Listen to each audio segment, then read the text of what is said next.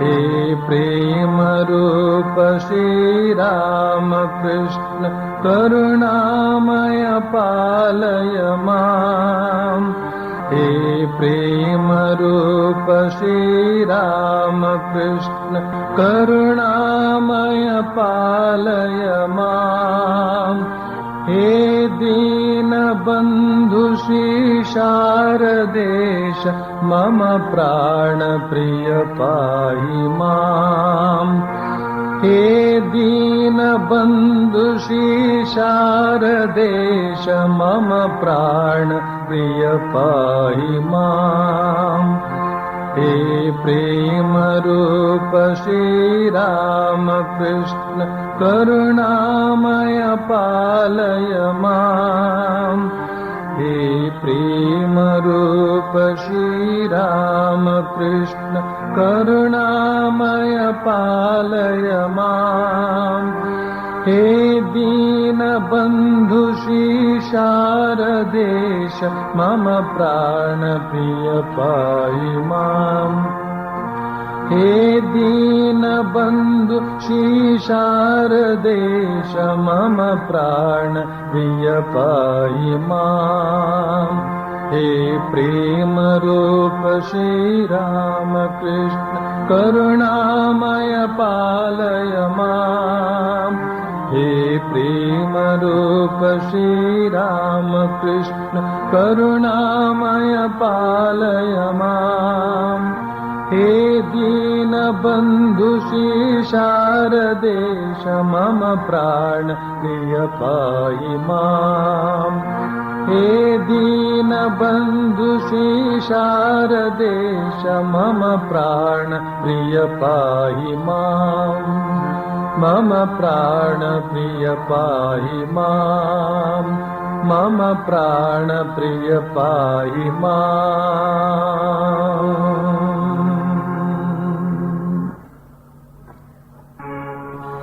संजयागलु तव की पुदुमन दक्षिणेश्वर यात्ರೆಗೆ परमहंसर तीर्थवाणीय पंच अमृतद पात्ರೆಗೆ संजयागलु तव की पुदुमन दक्षिणेश्वर यात्ರೆಗೆ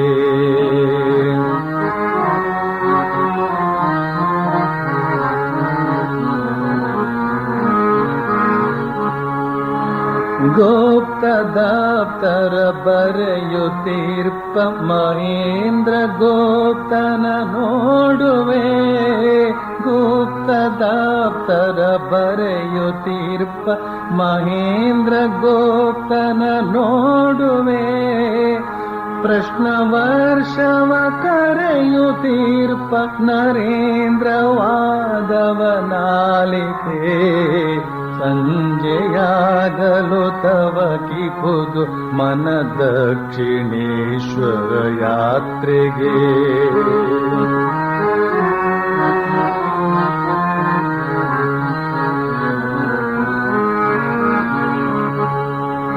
अत्त केशव चंद्रसेनन भक्ति नमनव काणुवे।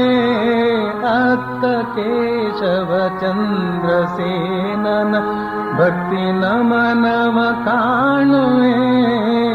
इत्त मत्त गिरीश घोषन चंद्र चित्तदि ಕೊಯ್ಯುವೆ। संजयागलु तव की पुदु मन दक्षिणेश्वर यात्ರೆಗೆ परमहंसर तीर्थवाणीय पंच अमृतद पात्ರೆಗೆ संजयागलु तव की पुदु मन दक्षिणेश्वर यात्ರೆಗೆ संजयागलु तव की पुदु मन दक्षिणेश्वर यात्ರೆಗೆ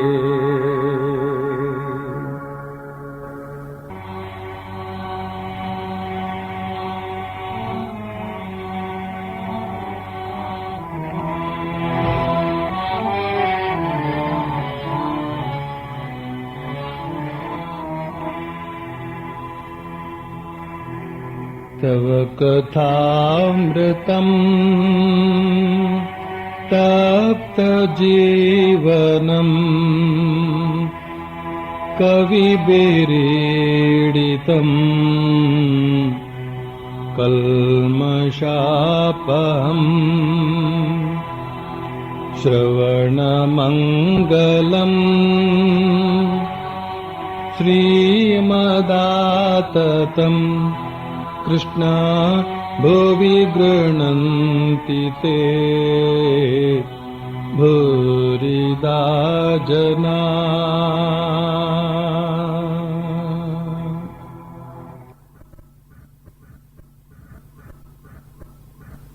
ಶ್ರೀರಾಮಕೃಷ್ಣರು ಅವತಾರ ಪುರುಷರು ಅನ್ನುವ ಮಾತು ಭಕ್ತರಿಗೆ ಸಂಬಂಧಪಟ್ಟಂತಹದ್ದು.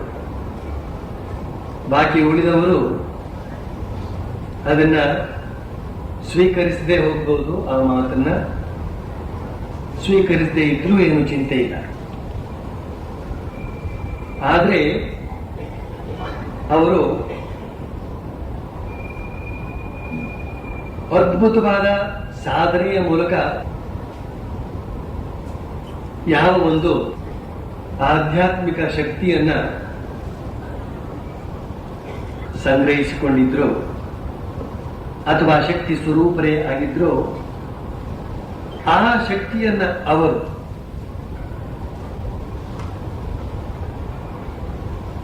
ತಮ್ಮ ಶಿಷ್ಯರಿಗೆ,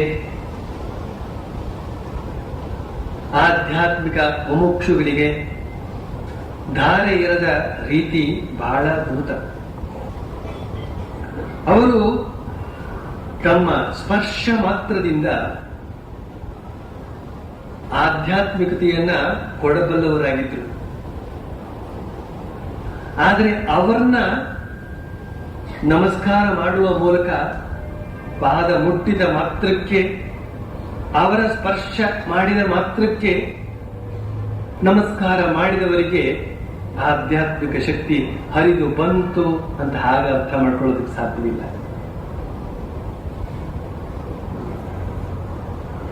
ಅವರು ಬಿಟ್ಟು ಕೊಟ್ರೆ ಮಾತ್ರ ಹೋಗಿತ್ತು, ಬಿಟ್ಟು ಕೊಡದೇ ಇದ್ರೆ ಕಾಲು ಮುಟ್ಟಿದ್ದೆಷ್ಟೋ ಅಷ್ಟೇ ಬಂತು. ಆದ್ರೆ ತಮ್ಮ ಸ್ಪರ್ಶ ಮಾತ್ರದಿಂದ ಅವರು ಕೊಡಬಲ್ಲವರಾಗಿದ್ರು ಅಂತನ್ನೋದಕ್ಕೆ ನರೇಂದ್ರಾದಿಗಳಿಗೆ ತಮ್ಮ ಕಾಲನ್ನು ಮುಟ್ಟಿಸಿ, ತಮ್ಮ ಕೈಯಿಂದ ಮುಟ್ಟಿ, ನರೇಂದ್ರ ರಾಖಾರಾದಿಗಳ ಜಿಂಬೆ ನಾಲಿಗೆಯ ಮೇಲೆ ಬರೆಯುವುದರ ಮೂಲಕ ಆಧ್ಯಾತ್ಮಿಕ ಶಕ್ತಿಯನ್ನು ಕೊಟ್ಟು ಅವರೆಲ್ಲರನ್ನು ಕೂಡ ಅತ್ಯಂತ ಉನ್ನತವಾದ ಆಧ್ಯಾತ್ಮಿಕ ಅನುಭವವನ್ನು ಮಾಡಿಕೊಳ್ಳುವಂತೆ ಅನುಗ್ರಹಿಸ್ತಾರೆ. ಅಷ್ಟೇ ಅಲ್ಲ, ಅವರು ತಮ್ಮ ವೀಕ್ಷಣೆ ಮಾತ್ರದಿಂದ ಆಧ್ಯಾತ್ಮಿಕ ಶಕ್ತಿಯನ್ನ ಕೊಡಬಲ್ಲವರಾಗಿದ್ದರು. ವೀಕ್ಷಣೆ ಮೋಹ ಜಾಯ್ ಅಂತಲೇ ನಮ್ಮ ದೈನಂದಿನ ಪ್ರಾರ್ಥನೆಯಲ್ಲಿ ಖಂಡನ ಬಂಧನದಲ್ಲಿ ಸೇರಿಕೊಂಡಿದೆ. ಕೇವಲ ನೋಟ ಮಾತ್ರದಿಂದಲೇನೆ ಅವರು ಆಧ್ಯಾತ್ಮಿಕತೆಯನ್ನ ಕೊಡಬಲ್ಲವರಾಗಿದ್ರು.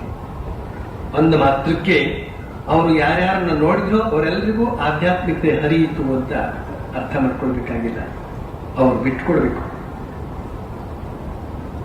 ಹಾಗೇನೇನೆ ಅವರು ಕೇವಲ ಇಚ್ಛಾ ಮಾತ್ರದಿಂದಲೇನೆ ಆಧ್ಯಾತ್ಮಿಕ ಶಕ್ತಿಯನ್ನ ಹರಿಸಬಲ್ಲವರಾಗಿದ್ರು. ಅದರೊಂದಿಗೆ ಇನ್ನೊಂದು ಕೂಡ, ತಮ್ಮ ವಾಣಿಯಿಂದ ಒಳ್ಳೆಯದಾಗಲಿ, ನಿನ್ನಲ್ಲಿ ಆಧ್ಯಾತ್ಮಿಕತೆ ಉನ್ನತಿ ಆಗಲಿ ಅಂತನ್ನುವ ವಾಕ್ಯವನ್ನ ಹೇಳುವುದರ ಮೂಲಕ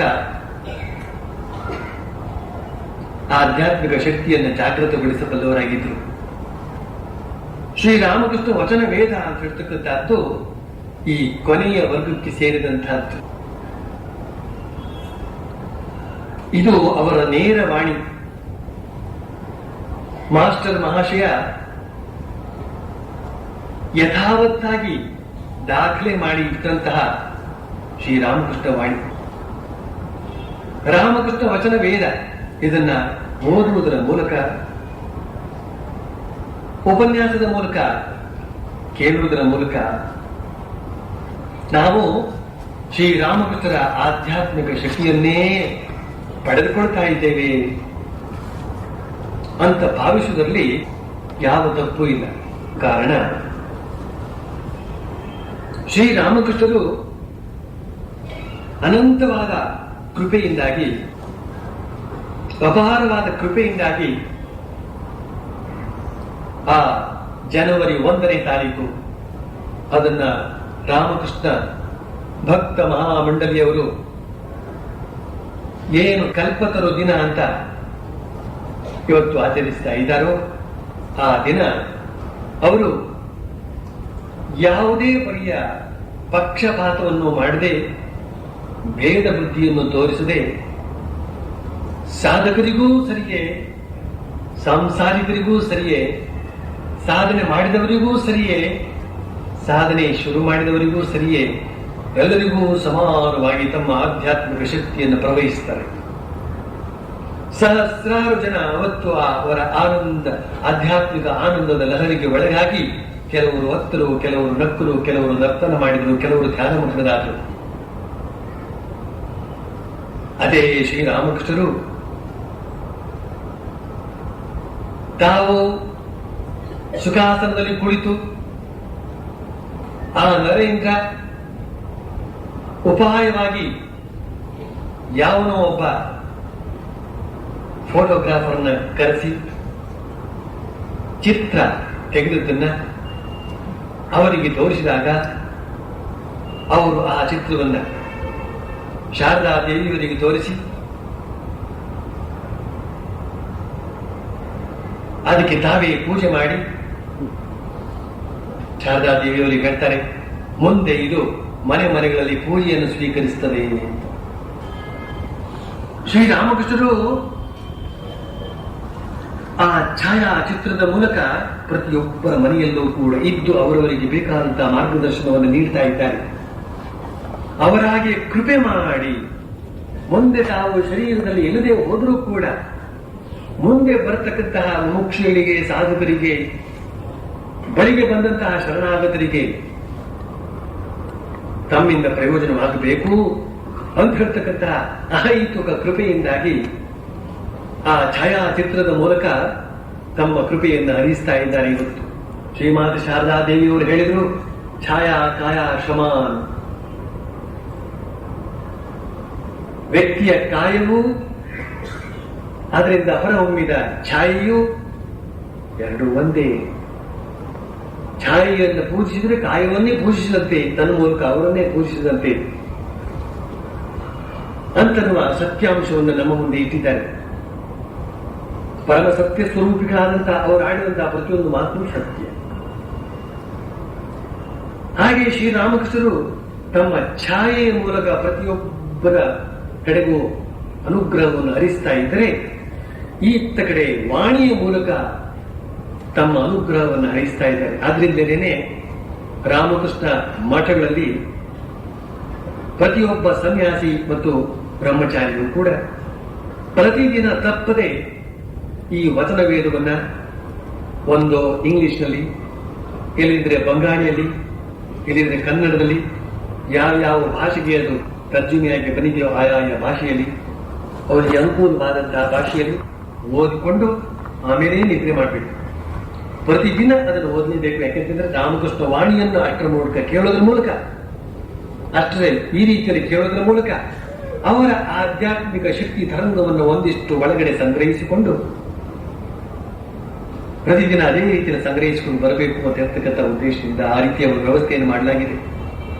ಆಧ್ಯಾತ್ಮಿಕ ಸಾಧನೆಗಳಲ್ಲಿ ಹಲವಾರು ಇರ್ತದೆ. ಜಪ ಇರ್ತದೆ, ಪಾರಾಯಣ ಇರ್ತದೆ, ಪೂಜೆ ಇರ್ತದೆ, ನಮಸ್ಕಾರ ಇರ್ತದೆ, ಶರಣಾಗತಿ ಇರ್ತದೆ, ಎಲ್ಲ ಇರ್ತದೆ. ಅದರೊಂದಿಗೆ ಇದರ ಅಧ್ಯಯನವೂ ಕೂಡ. ಹೀಗೆ ಶ್ರೀರಾಮಕೃಷ್ಣರ ವಾಣಿ ಅಂತ ಹೇಳ್ತಕ್ಕಂಥದ್ದು ಸತ್ಯ ಸ್ವರೂಪವಾದಂತಹ ವಾಣಿ ಅಂತ ಹೇಳ್ತಕ್ಕಂಥದ್ದು ಈ ವಚನ ವೇದದ ಮೂಲಕ ಹರಿದುಕೊಂಡು ಬರ್ತಾ ಇದೆ. ಕಳೆದ ಶನಿವಾರ ಏನೇನು ಹೇಳ್ತಾ ಇದ್ರು, ಪಾಂಡಿತ್ಯದಲ್ಲಿ ತಾನೇ ಏನಿದೆ, ವ್ಯಾಕುಲತೆಯಿಂದ ಭಗವಂತನನ್ನು ಕರೆದರೆ ಆತನ ದರ್ಶನ ಪಡೆಯಬಹುದು, ಅನೇಕ ವಿಷಯಗಳನ್ನು ತಿಳಿದುಕೊಳ್ಳುವುದರ ಅವಶ್ಯಕತೆ ಇಲ್ಲ,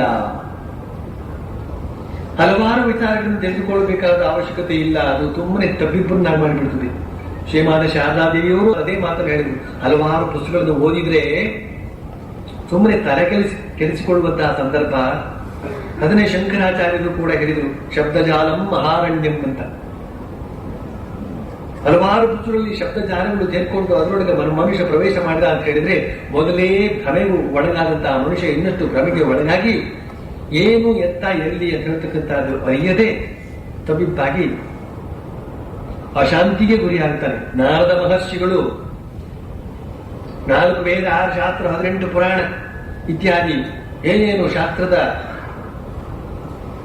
ಪ್ರಕಾರಗಳಿವೆಯೋ ಅವುಗಳನ್ನೆಲ್ಲ ಓದಿ ಓದಿ ಓದಿ ತನ್ನ ಮೂಲಕ ಮಹತ್ತರವಾದದ್ದೇನೋ ಸಂಪಾದಿಸಿಕೊಳ್ತೇವೆ ಅಂತ ಹೋಗಿ ಕೊನೆಗೂ ಕೂಡ ಅಷ್ಟನ್ನು ತಲೆಯೊಳಗೆ ಸೇರಿಸಿಕೊಂಡು ಕೂಡ ಅಶಾಂತಿಗೆ ಗುರಿಯಾಗಿ, ಎಂತಹ ಅಶಾಂತಿ, ಯಾವುದರಿಂದಲೂ ಕೂಡ ಶಾಂತಿ ಬರದೇ ಇರತಕ್ಕಂತಹ ಅಶಾಂತಿಗೆ ಗುರಿಯಾಗಿ ಸನಕ ಸನಂದನ ಸನತ್ ಕುಮಾರಾದಿಗಳ ಬಳಿಗೆ ಓಡ್ತಾರೆ.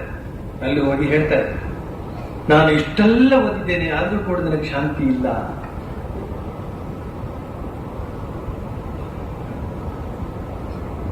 ಯಾವ ಸಚ್ಚಿದಾನಂದನಾದ ಪರಮಾತ್ಮನ ಕುರಿತಾಗಿ ವರ್ಣಿಸಿದೆಯೋ ಈ ವೇದ, ಅದನ್ನು ಓದಿದ್ರೂ ಕೂಡ ಶಾಂತಿ ಮಾತ್ರ ಅವರಿಗೆ ದೊರಕಲಿಲ್ಲ ಅಂತ ಮಾತನ್ನು ಹೇಳಿದಾಗ ಸನಕ ಸನದ್ದಾದಿಗಳು ಏನ್ ಹೇಳ್ತಾರೆ, ಅಲ್ಪದಲ್ಲಿ ಶಾಂತಿ ಇಲ್ಲ, ಭೌಮದಲ್ಲಿ ಮಾತ್ರ ಶಾಂತಿ.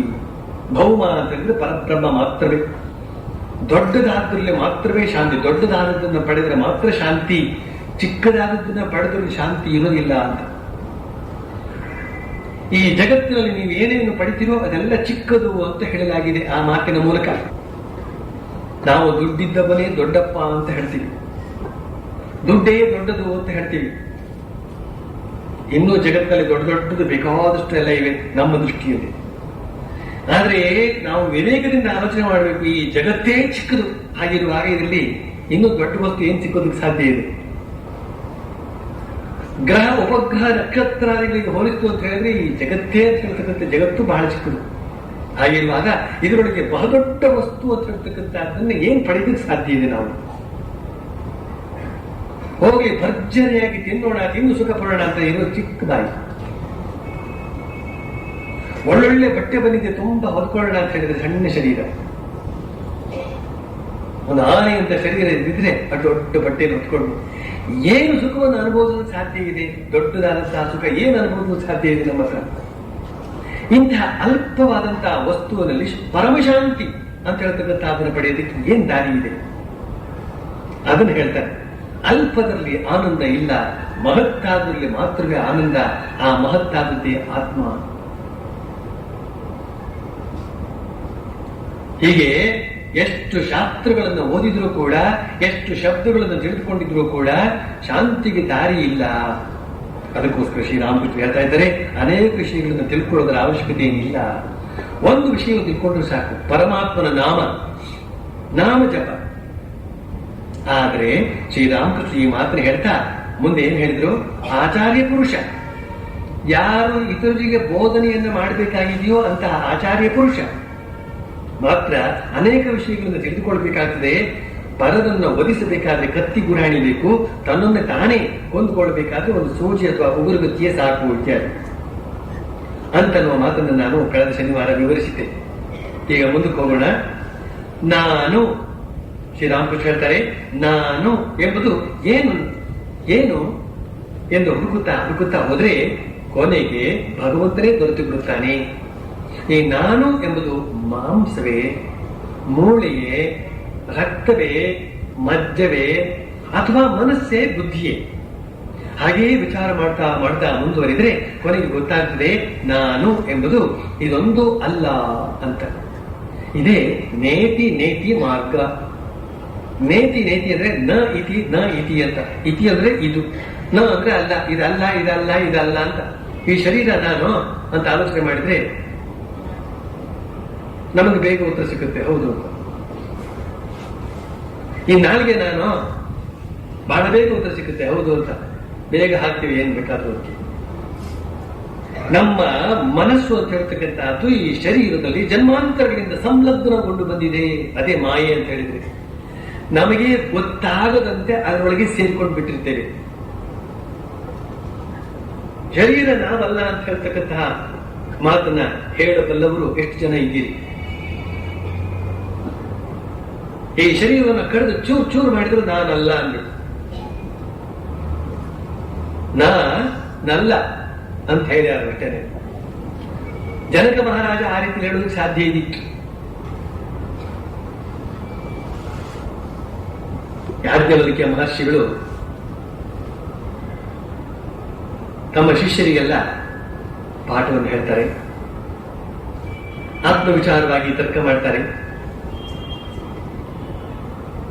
ಆ ಒಂದು ತರಗತಿಯಲ್ಲಿ ಜನಕ ಮಹಾರಾಜನು ಕೂಡ ಕುಳಿತಿರ್ತಾರೆ. ಈ ಮಹರ್ಷಿಗೆ ಜನಕನನ್ನು ಕಂಡ್ರೆ ವಿಶೇಷವಾದ ಪ್ರೀತಿ.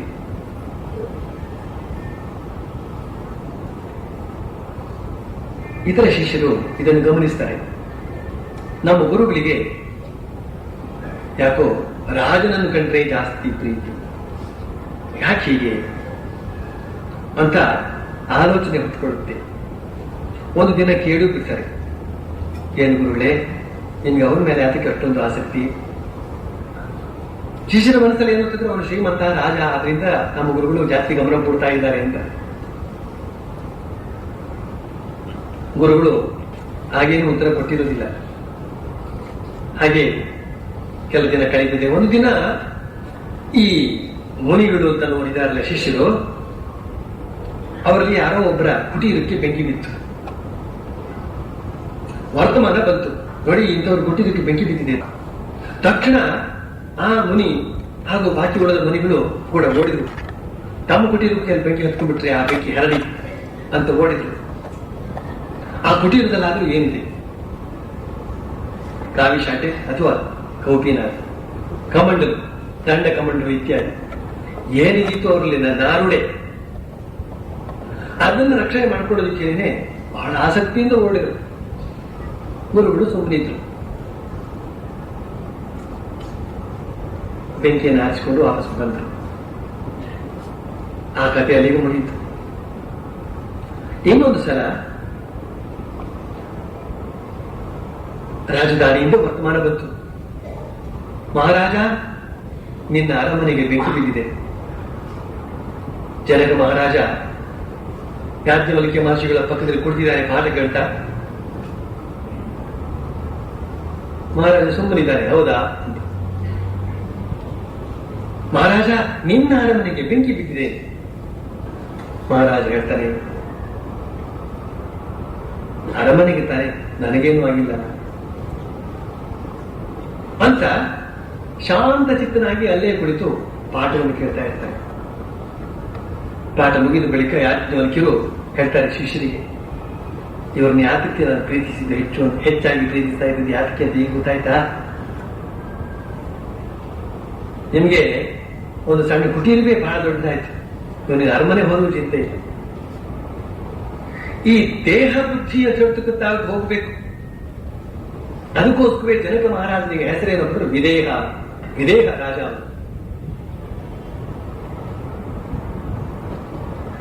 ದೇಹ ಅಂತ ಹೇಳ್ತಕ್ಕಂಥ ಭಾವನೆ ಅಂತ ಹೇಳ್ತಕ್ಕಂಥ ಸ್ವಲ್ಪವೂ ಇರಲಿಲ್ಲ ಅವರಲ್ಲಿ. ಇದನ್ನು ನಾವು ಕಳೆದುಕೊಳ್ಬೇಕು. ನಾನು ಅಂತ ಹೇಳ್ತಕ್ಕಂಥ ಈ ಚಿಕ್ಕ ವ್ಯಕ್ತಿತ್ವವನ್ನು ಮರೆತು ಬಿಡಬೇಕು. ಯಾಕೆ ಇದು ನಾನಲ್ಲ. ನಿಜವಾಗಿ ನಾನು ಯಾವುದು ಅಂತ ಹೇಳಿದ್ರೆ ಆ ಪರಬ್ರಹ್ಮ ವಸ್ತುವೇ ನಾನು, ಪರಮಾತ್ಮನೇ ನಾನು. ಇದನ್ನ ಭಾವಿಸ್ತಾ ಭಾವಿಸ್ತಾ ನಾವು ಆಗ್ಬೇಕು. ಈಗ ಕೇಳ್ತಾ ಕೇಳ್ತಾ ನಮಗೆ ಒಂದು ಸ್ವಲ್ಪ ಹೌದು ಅಂತ ಅನಿಸ್ತದೆ. ಗೇಟ್ ದಾಟಿದ ಮೇಲೆ ಯಥಾ ಪ್ರಕಾರ ನಾವೇ ಅದನ್ನು ಮತ್ತೆ ಭಾವಿಸಬೇಕು. ಮನೆಗೆ ಹೋದ ಮೇಲೂ ಭಾವಿಸಬೇಕು, ನಿದ್ರೆ ಕಣ್ಣಲ್ಲೂ ಭಾವಿಸಬೇಕು. ವೇದಾಂತ ಶಾಸ್ತ್ರದಲ್ಲಿ ಹೇಳ್ತದೆ, ಎದ್ದ ಲಾಗಾಯತಿನಿಂದ ಹಿಡಿದು ರಾತ್ರಿ ಮಲಗುವವರೆಗೆ ವೇದಾಂತ ಚಿಂತನೆ ನಡೆಯಬೇಕು ಅಂತ. ವೇದಾಂತ ಚಿಂತನೆ ಅಂತಂದ್ರೆ ನಾನು ಆತ್ಮ ಅಂತಕ್ಕಂಥ ಭಾವ. ಬಾಕಿ ಬರೀ ಪುಸ್ತಕದ ವಿಚಾರಗಳಲ್ಲ, ಒಳ ತತ್ವದಲ್ಲ, ವಿಚಾರಗಳಲ್ಲ. ನಾನು ಆತ್ಮ, ಈ ಶರೀರ ಅಲ್ಲ. ನಾನು, ನನ್ನ ಶರೀರ ಸುಟ್ಟರು ನಾನು ಸುಟ್ಟಿಲ್ಲ, ನನ್ನ ಇಂದ್ರಿಯಗಳು ಸುಟ್ಟರು ನಾನು ಸುಟ್ಟಿಲ್ಲ, ನನ್ನ ಮನಸ್ಸು ಹೋದ್ರು ನಾನು ಹೋಗಿಲ್ಲ, ನನ್ನ ಬುದ್ಧಿ ಹೋದ್ರು ನಾನು ಹೋಗಿಲ್ಲ. ಯಾಕಂದ್ರೆ ನಾನು ಬೇರೆ. ನೈನಂ ಚಿಂದಂತಿ ಶಸ್ತ್ರಾಣಿ ನೈನಂ ದಹತಿ ಪಾವಕ ನಚೈನಂ ಕ್ಲೇದಯಂತ್ಯಾಪೋ ಶೋಷಯತಿ ಮಾರುತ ಅಚ್ಛೇದ್ಯೋ ಯಮದಾಹ್ಯೋ ಮಕ್ಲೇದ್ಯೋ ಶೋಷ್ಯೈವ ಚ. ಈ ಆತ್ಮವನ್ನು ಸುಡುವುದಕ್ಕೂ ಸಾಧ್ಯ ಇಲ್ಲ, ಕೊಚ್ಚುವುದಕ್ಕೂ ಸಾಧ್ಯ ಇಲ್ಲ, ಒಣಗಿಸುವುದಕ್ಕೂ ಸಾಧ್ಯ ಇಲ್ಲ, ಒದ್ದೆ ಮಾಡೋದಕ್ಕೂ ಸಾಧ್ಯವಿಲ್ಲ. ಆದ್ರೆ ಅಜ್ಞಾನವಶಾತ್ ನಾವೆಲ್ಲ ಒಂದಾಗಿಬಿಡ್ತೀವಿ. ನಾವೆಲ್ಲ ಅಂತಂದ್ರೆ ಆತ್ಮ, ಇಂದ್ರಿಯ, ಮನಸ್ಸು, ಬುದ್ಧಿ, ಚಿತ್ತ ಎಲ್ಲವೂ ಸೇರಿ ಒಂದಾಗ್ಬಿಡ್ತೀವಿ. ಕನಸಿನ ಲೋಕ ಇದು ಬಿಡಿಸ್ಬೇಕು. ಸಾಧನೆ ಅಂತ ಹೇಳಿದ್ರೆ ಅದೇನೆ, ಮನಸ್ಸಿನಿಂದ ಬಿಡಿಸ್ಬೇಕು. ಅದನ್ನ ನಾನಲ್ಲ, ಅದು ನಾನಲ್ಲ, ಇದು ನಾನಲ್ಲ, ಈ ಶರೀರ ನಾನಲ್ಲ, ಇದು ಬಿದ್ದು ಹೋಗ್ತಕ್ಕಂಥದ್ದು, ಆದ್ರಿಂದ ನಾನಲ್ಲ. ಆತ್ಮ ಅಂದ್ರೆ ಯಾವುದು ಅಂತ ಹೇಳ್ತಕ್ಕಂಥದ್ದನ್ನ ನಾವು ನೆನಪು ಮಾಡ್ಕೊಂಡ್ರೆ ಈ ಶರೀರ ನಾನಲ್ಲ ಅಂತ ಗೊತ್ತಾಗ್ತದೆ. ಆತ್ಮ ನಿತ್ಯವಾದ್ದು, ಅದು ಹಿಂದೆಯೂ ಇತ್ತು, ಈಗಲೂ ಇದೆ, ಮುಂದೆಯೂ ಇರ್ತದೆ. ಈ ಶರೀರ ಹಿಂದೆ ಇರಲಿಲ್ಲ, ಈಗ ಇದೆ, ಮುಂದೆ ಇರೋದಿಲ್ಲ. ಈ ಶರೀರದೊಂದಿಗೆ ಇರತಕ್ಕಂತಹ ಇಂದ್ರಿಯ ಕೂಡ ಹಿಂದೆ ಇರಲಿಲ್ಲ, ಈಗ ಇದೆ, ಮುಂದೆ ಇರೋದಿಲ್ಲ. ಈ ಮನಸ್ಸು ಅಂತ ಹೇಳ್ತಕ್ಕಂಥದ್ದು ಹಿಂದೆ ಇರಲಿಲ್ಲ, ಈಗ ಇದೆ, ಮುಂದೆ ಇರೋದಿಲ್ಲ. ಈ ಬುದ್ಧಿ ಅಂತ ಹೇಳ್ತಕ್ಕಂಥದ್ದು ಹಿಂದೆ ಇರಲಿಲ್ಲ, ಈಗ ಇದೆಯಲ್ಲ ಗೊತ್ತಿಲ್ಲ, ಮುಂದೆ ಕೂಡ ಇರೋದಿಲ್ಲ.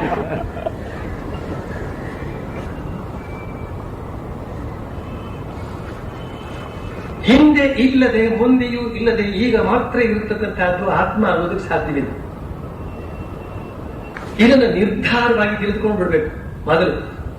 ಆಗ ಮಾತ್ರವೇ ನಾನು ಶರೀರವೇ ಹಾಗಾದ್ರೆ ಅಂತನ್ನೋ ಪ್ರಶ್ನೆ ನಾವೇ ಹಾಕೊಂಡಾಗ ಅಲ್ಲ, ಇರೋದಕ್ಕೆ ಸಾಧ್ಯ ಇಲ್ಲ, ಹಾಗಿರೋದಕ್ಕೆ ಸಾಧ್ಯವಿಲ್ಲ ಅಂತ ನಾವೇ ಉತ್ತರ ಕೊಟ್ಕೊಳ್ತೇವೆ. ಇನ್ನೊಬ್ಬರನ್ನು ಹೋಗಿ ನೀವು ಕೇಳಬೇಕಾಗಿಲ್ಲ. ಹಾಗೆ ಎಲ್ಲ ಪ್ರಶ್ನೆಗಳಿಗೂ ಕೂಡ ನೀವೇ ಉತ್ತರ ಕೊಟ್ಕೊಡ್ತೀರಿ. ನೀವು ಅದ್ಯಾವುದೂ ಅಲ್ಲ. ನಿಮ್ಮ ಮನೆಯಂತೂ ನೀವು ಅಲ್ವೇ ಅಲ್ಲ, ನಿಮ್ಮ ಹಣ ಅಂತೂ ನೀವು ಅಲ್ವೇ ಅಲ್ಲ. ಅಲ್ಲ, ನಮ್ಮ ಹೆಣವೇ ನಾವು ಅಲ್ದಿರುವಾಗ ನಮ್ಮ ಹಣ ನಮ್ದು ಹೇಗಾಗ್ತದೆ? ಈ ರೀತಿಯಲ್ಲಿ ವಿಚಾರ ಮಾಡಬೇಕು. ವಿಚಾರ ಮಾಡ್ತಾ ಮಾಡ್ತಾ ಮಾಡ್ತಾ ಏನ್ ಗೊತ್ತಾಗ್ತದೆ? ಆತ್ಮವೇ ನಾವು ಅಂತ ಹೇಳ್ತಕ್ಕಂಥ ಗೊತ್ತಾಗ್ತದೆ. ಮುಂದುವರೆಸ್ತಾ ಶ್ರೀರಾಮಕೃಷ್ಣ ಹೇಳ್ತಾರೆ, ಆತ್ಮನನ್ನು ಹಿಡಿಯಲೇ ಆಗಲಿ, ಸ್ಪರ್ಶಿಸಲೇ ಆಗಲಿ ಆಗುವ ಹಾಗಿಲ್ಲ. ಆತ ನಿರ್ಗುಣ, ನಿರುಪಾಧಿಕ. ಅದು ಇನ್ನೊಂದು ಲಕ್ಷಣ. ಆತ್ಮವನ್ನ ಯಾರು ಹೋಗಿ ಹೀಗೆ ಹಿಡಿದುಕೊಳ್ಳೋದಕ್ಕಾಗೋದಿಲ್ಲ. ಅವರಿವರ ಕಾಲನ್ನು ಹಿಡಿದುಕೊಳ್ಬಹುದು ಅಷ್ಟೇನೆ.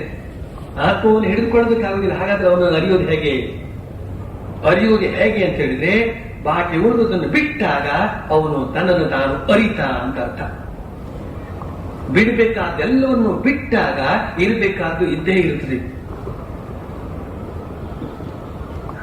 ಬಿಡೋದು ಒಂದನ್ನೇ ನಾವು ಮಾಡಬೇಕಾದ್ದು, ಹಿಡಿಯೋದಕ್ಕೇನಿಲ್ಲ.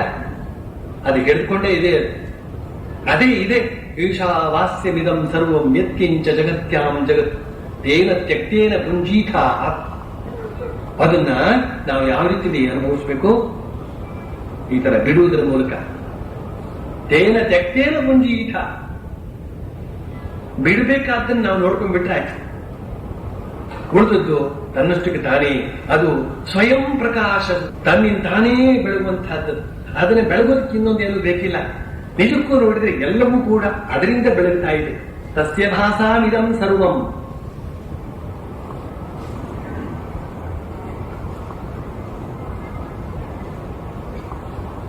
ನಕ್ಷತ್ರಕ್ಕೆ, ಸೂರ್ಯನಿಗೆ, ಚಂದ್ರನಿಗೆ, ಅಗ್ನಿಗೆ, ವಿದ್ಯುತ್ತಿಗೆ ಯಾವ್ಯಾವ ಬೆಳಕುಗಳೆಲ್ಲ ಈ ಜಗತ್ತಿನಲ್ಲಿ ಇದೆಯೋ ಅದೆಲ್ಲದಕ್ಕೂ ಕೂಡ ಬೆಳಕು ಸಿಕ್ಕಿರೋದು ಈ ಆತ್ಮಜ್ಯೋತಿಯಿಂದ. ನಮ್ಮ ಶರೀರ ಇದೆ, ಇದು ಬೆಳಗ್ತಾ ಇದೆ. ಈಗ ಇದೆಲ್ಲವೂ ಜ್ಯೋತಿರ್ಮಯವಾಗಿದೆ. ಆದ್ರಿಂದಲೇ ನಾವು ಪಕ್ಕದಲ್ಲಿ ಕುಳಿತುಕೊಂಡಿದ್ದೇವೆ. ಮನೆಯಲ್ಲೂ ಕೂಡ ಎಲ್ಲ ಓಡಾಡ್ಕೊಂಡಿದ್ದೇವೆ ಆನಂದವಾಗಿ. ಒಬ್ಬ ಒಳಗಡೆಯಿಂದ ಹೊರಗಡೆ ಹೊರಟ ಅಂತ ಇಟ್ಕೊಳ್ಳಿ, ಅಲ್ಲೇ ಬಿದ್ದ ಅಂತ ಇಟ್ಕೊಳ್ಳಿ. ಅವನು ನಿಮ್ಮವನೇ ಆಗಿರ್ತಾನೆ ಅಥವಾ ನಿಮ್ಮವಳೇ ಆಗಿರ್ತಾಳೆ. ಅಲ್ಲೇ ಒಳಗಡೆ ಇರುವವರು ಹೊರಟೋಗ್ಬಿಟ್ರು. ಆ ಶರೀರ ನೋಡಿ, ಆ ಶರೀರವನ್ನು ಭಾವಿಸ್ಬೇಕು. ಜ್ಯೋತಿ ಇಲ್ಲ ಅಲ್ಲಿ. ಶವಕ್ಕೆ ಅಲಂಕಾರ ಮಾಡ್ತಾರೆ. ಶವಕ್ಕೆ ಅಲಂಕಾರ, ಶವಾಲಂಕಾರ. ಎಷ್ಟು ಅಲಂಕಾರ ಮಾಡಿದ್ರು ಕೂಡ ಆ ಶವದ ಕಳೆ ಎಲ್ಲೂ ಹೋಗೋದೇ ಇಲ್ಲ. ಅದು ಹಾಗೆ ಇರ್ತದೆ ಶವದ ಕಳೆ. ನಾವು ಕೂಡ ಅಲಂಕಾರ ಮಾಡ್ತಾ ಇರ್ತೀವಿ ಈ ಶರೀರಕ್ಕೆ. ಇದು ಶಿವಾಲಂಕಾರ. ಯಾಕೆ? ಒಳಗಡೆ ಪರಮಾತ್ಮ ಜ್ಯೋತಿ ಇದೆ. ಇದು ಶಿವಾಲಂಕಾರ, ಅದು ಶವಾಲಂಕಾರ. ಅದು ಆದರೂ ಕೂಡ ಈ ಶರೀರ ಇಂಥದ್ದು. ಒಣಗಿದ ಕಟ್ಟಿಗೆ ಇದ್ದ ಹಾಗೆ. ಇದನ್ನು ನಾವು ಭಾವಿಸ್ತಾ ಇರಬೇಕು. ಈ ಶರೀರ ಅಂತ ಹೇಳ್ತಕ್ಕಂಥದ್ದು ಜಡ, ಇದರಲ್ಲಿ ಚೈತನ್ಯ ಅಂತ ಹೇಳ್ತಕ್ಕಂಥದ್ದು ತುಂಬಿದೆ. ಆದ್ರಿಂದ ಇದು ಓಡಾಡ್ತಾ ಇದೆ ಅಷ್ಟೇನೆ. ಚೈತನ್ಯವೇ ನಾನು, ನನ್ನ ನಿಜ ಸ್ವರೂಪ ಆ ಚೈತನ್ಯ, ನನ್ನ ನಿಜ ಸ್ವರೂಪವೇ ಜ್ಯೋತಿ ಅಂತ ಹೇಳ್ತಕ್ಕಂಥ ಈ ಭಾವನೆಯನ್ನು ಮಾಡಿಸ್ಬೇಕು ಮನಸ್ಸಿಗೆ. ಮತ್ತೆ ಮತ್ತೆ ಅದನ್ನ ಹೇಳ್ಕೊಡ್ಬೇಕು. ಯಾತಕ್ಕೆ ಜನ್ಮಾಂತರಗಳಿಂದ ಈ ಶರೀರವೇ ನಾನು ಅಂತ ಹೇಳ್ತಕ್ಕಂಥ ರುಚಿಕರ ಭಾವನೆಯಿಂದ ಮೋಸ ಹೋಗಿದೆ, ಈ ಮನಸ್ಸು ಮೋಸ ಹೋಗಿದೆ.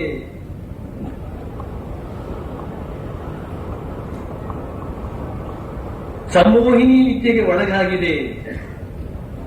ಸಂಮೋಹಿನಿ ವಿದ್ಯೆ ಒಂದಕ್ಕೆ ಇನ್ನೊಂದಾಗಿ ಕಾಣಿಸುವಂತಹದ್ದು ಸಂಮೋಹಿನಿ ವಿದ್ಯೆ. All hypnotized. We should dehypnotize ourselves. ಸಂಮೋಹಿನಿಯಿಂದ ಪಾರಾಗಬೇಕಾಗಿದೆ. ಅದಕ್ಕೋಸ್ಕರ ಈ ಒಂದು ಧ್ಯಾನ ಮಾರ್ಗ, ನೇತಿ ಮಾರ್ಗ ಅದನ್ನು ಹೇಳಲಾಗಿದೆ ಅಂತ ಮಾತನ್ನು ಹೇಳ್ತಾರೆ ಶ್ರೀರಾಮಕೃಷ್ಣ.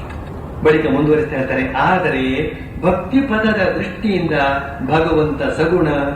ಭಕ್ತನಿಗೆ ಚಿನ್ಮಯ ನಾಮ, ಚಿನ್ಮಯ ಶ್ಯಾಮ, ಚಿನ್ಮಯ ಧಾಮ ಎಲ್ಲವೂ ಚಿನ್ಮಯ. ಭಕ್ತನ ದೃಷ್ಟಿ ಏನೋ ಒಂದನ್ನ ಸ್ಪಷ್ಟವಾಗಿ ಕಾಣಬೇಕು. ಭಕ್ತನ ದೃಷ್ಟಿಗೆ ಏನೋ ಒಂದು ಕಾಣಬೇಕು, ಕಾಣದಿದ್ರೆ ಅವನಿಗೆ ತೃಪ್ತಿ ಇಲ್ಲ. ಜ್ಞಾನಿ ತಾನೇ ತಾನಾಗಿ ಆನಂದವನ್ನು ಅನುಭವಿಸ್ತಾ ಸುಮ್ಮನೆ ಇರ್ತಾನೆ, ತನ್ನ ಬಾಡಿಗೆ ತಾನು ಶಾಂತವಾಗಿರ್ತಾನೆ. ಏನ್ ಅರಿತುಕೊಳ್ಬೇಕು ಅದನ್ನು ಅರಿತುಕೊಂಡು ತನ್ನ ಬಾಡಿಗೆ ತಾನು ಶಾಂತವಾಗಿರ್ತಾನೆ. ಭಕ್ತ ಅವನಿಗೆ ಗಲಾಟೆ ಜಾಸ್ತಿ, ಅವನಿಗೆ ಇನ್ನೊಬ್ಬ ಬೇಕು, ಅವನ ಹತ್ರ ಮಾತನಾಡಬೇಕು, ಅವನ ಕಥೆ ಆಡ್ಬೇಕು, ಅವನು ಗೋಳೈಕೊಳ್ಬೇಕು. ಹಾಗೆ ಶ್ರೀಕೃಷ್ಣ ಪರಮಾತ್ಮನನ್ನು ಎಷ್ಟು ಗೋಳೈಕೊಂಡ್ರು ಅದನ್ನ ಬಗೆಯಾಗಿ ಹೇಳ್ತಕ್ಕಂಥ ಕಥೆಗಳಿವೆ, ಅದು ಹೇಳೋದಕ್ಕೆ ಸಮಯ ಇಲ್ಲ. ಆದ್ರೆ ಭಗವಂತ ಅಂತ ಹೇಳ್ತಕ್ಕಂಥ ಒಬ್ಬ ಬೇಕಾಗ್ತದೆ ಮನುಷ್ಯನಿಗೆ, ಯಾರಿಗೆ? ಭಕ್ತನಿಗೆ, ಭಕ್ತನಾದಂಥವನಿಗೆ. ಆದ್ರೆ ಭಕ್ತ ತನ್ನ ಭಕ್ತಿಯ ಮೂಲಕ ಆ ಪರಮಾತ್ಮನನ್ನು ಸಾಕ್ಷಾತ್ಕರಿಸಿಕೊಂಡಾಗ ಅವನು ಯಾವ ರೀತಿಯಲ್ಲಿ ಕಾಣ್ತಾನೆ ಅದನ್ನು ಶ್ರೀರಾಮಕೃಷ್ಣರು ಹೇಳ್ತಕ್ಕಂಥದ್ದು ಬಹಳ ಸ್ವಾರಸ್ಯವಾಗಿದೆ. ನಿಜವಾದ ಭಕ್ತನಿಗೆ ಕಾಣತಕ್ಕಂತಹ ಭಗವಂತ ಸಗುಣ ಸಾಕಾರ. ಅವನು ಚಿನ್ಮಯ ನಾಮ, ಅವನು ಚಿನ್ಮಯ ಶ್ಯಾಮ, ಅವನೇ ಚಿನ್ಮಯ ಧಾಮ. ನಾಮ ಶ್ಯಾಮ ಧಾಮ. ಧಾಮ ಅಂದ್ರೆ ಲೋಕ, ಗೋಲೋಕ, ವೈಕುಂಠ ಲೋಕ, ಕೈಲಾಸ ಲೋಕ. ಅವರವರ ಇಷ್ಟ ದೇವತೆ ಅವರವರ ಆ ಜ್ಯೋತಿರ್ಮಯವಾದ ಲೋಕದಲ್ಲಿ ವಾಸವಾಗಿದ್ದಾರೆ. ಈ ಭಕ್ತನು ಕೂಡ ಶರೀರವನ್ನು ಬಿಟ್ಟ ಮೇಲೆ ಆ ಲೋಕವನ್ನೇ ಹೋಗಿ ಸೇರಿಕೊಳ್ತಾನೆ. ಅದಕ್ಕೆ ಅಲ್ಲೂ ಕೂಡ ಅವನು ನೋಡಬೇಕು, ಆಮೇಲೆ ಮಾತನಾಡಬೇಕು, ಅವನನ್ನ ಬೇರೆ ಬೇರೆಯಾಗಿ ಅನುಭವಿಸಬೇಕು. ಇಂತಹ ಒಂದು ಭೋಗ ಲಾಲಸೆಯನ್ನ ಭಕ್ತ ಇಟ್ಕೊಂಡಿದ್ದಾನೆ. ಅದು ಒಂದು ಬಗೆಯ ಭೋಗ, ಆಧ್ಯಾತ್ಮಿಕ ಭೋಗ ಅಷ್ಟೇನೆ. ಆದ್ರೆ ಎಂಥ ಅನುಭವ ಮಾಡ್ಕೊಳ್ತಾನೆ ಅವನು? ಭಗವಂತನ ನಾಮವೂ ಕೂಡ ಚಿನ್ಮಯವಾಗಿ ಕಾಣುತ್ತದೆ, ಭಗವಂತನ ರೂಪವೂ ಕೂಡ ಚಿನ್ಮಯವಾಗಿ ಕಾಣುತ್ತದೆ, ಭಗವಂತನ ಲೋಕವೂ ಕೂಡ ಚಿನ್ಮಯವಾಗಿ ಕಾಣುತ್ತದೆ. ಮಂತ್ರ ಅದನ್ನ ಜಪಿಸ್ತಾ ಜಪಿಸ್ತಾ ಜಪಿಸ್ತಾ ಭಕ್ತನಿಗೆ ಆ ಮಂತ್ರ ಅಂತ ಹೇಳ್ತಕ್ಕಂಥದ್ದು ಜ್ಯೋತಿರ್ಮಯವಾಗಿ ದರ್ಶನ ಕೊಡುತ್ತದೆ, ಚೈತನ್ಯಮಯವಾಗಿ ಆ ಮಂತ್ರ ಕಾಣಿಸಿಕೊಳ್ಳುತ್ತದೆ. ವಿಶ್ವಾಮಿತ್ರರು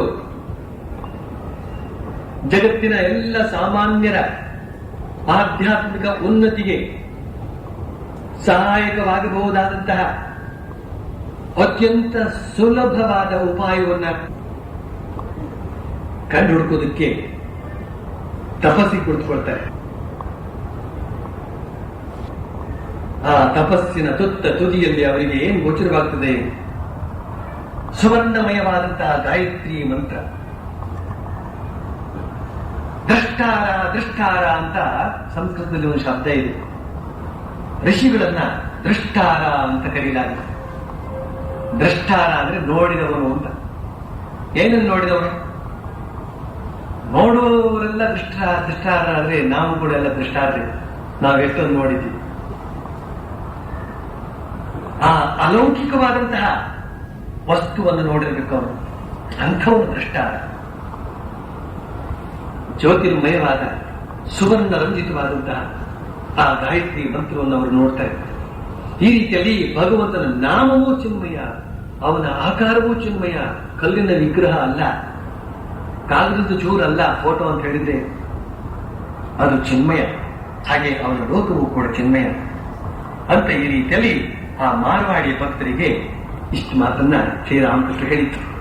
ಈಗ ಮಾರ್ವಾಡಿ ಭಕ್ತರಿಗೆ ಬಹಳ ಆನಂದ ಆಯಿತು. ಶ್ರೀರಾಮಕೃಷ್ಣಗೆ ಪ್ರಣಾಮ ಮಾಡಿ ಅವರಿಂದ ಬೀಳ್ಕೊಂಡ್ರು. ಸಂಜೆಯಾಗಿದೆ. ಪರಮಹಂಸರು ಗಂಗಾ ದರ್ಶನ ಮಾಡ್ತಾ ಇದ್ದಾರೆ.